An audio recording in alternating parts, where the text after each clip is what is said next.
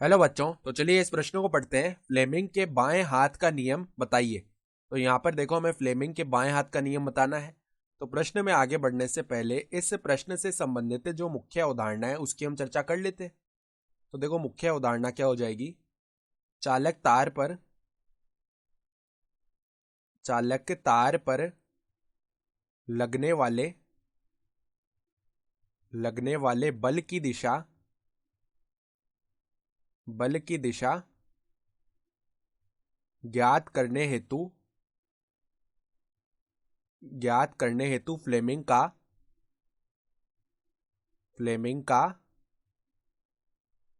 बाएं हाथ का नियम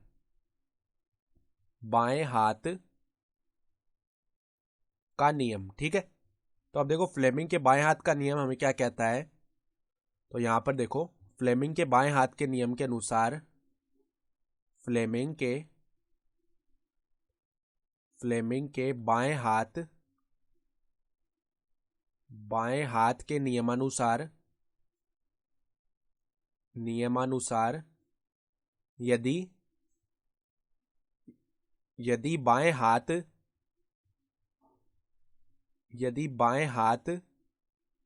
की तर्जनी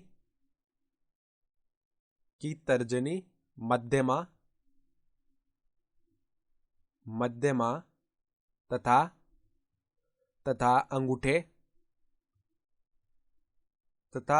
अंगूठे को परस्पर लंबवत इस प्रकार व्यवस्थित किया जाए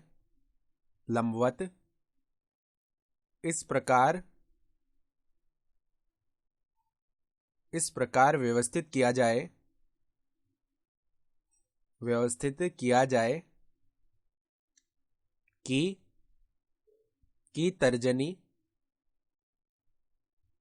की जो हमारी तर्जनी है वो किसे दर्शाए। तर्जनी चुंबकीय क्षेत्र की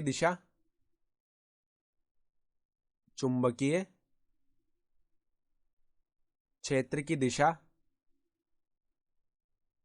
तथा मध्यमा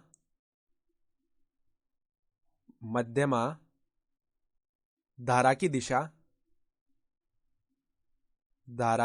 को दर्शाए।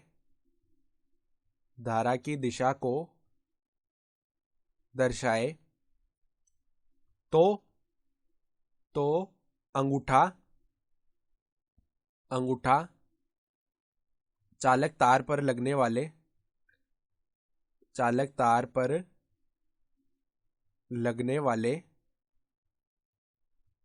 बल की दिशा को दर्शाता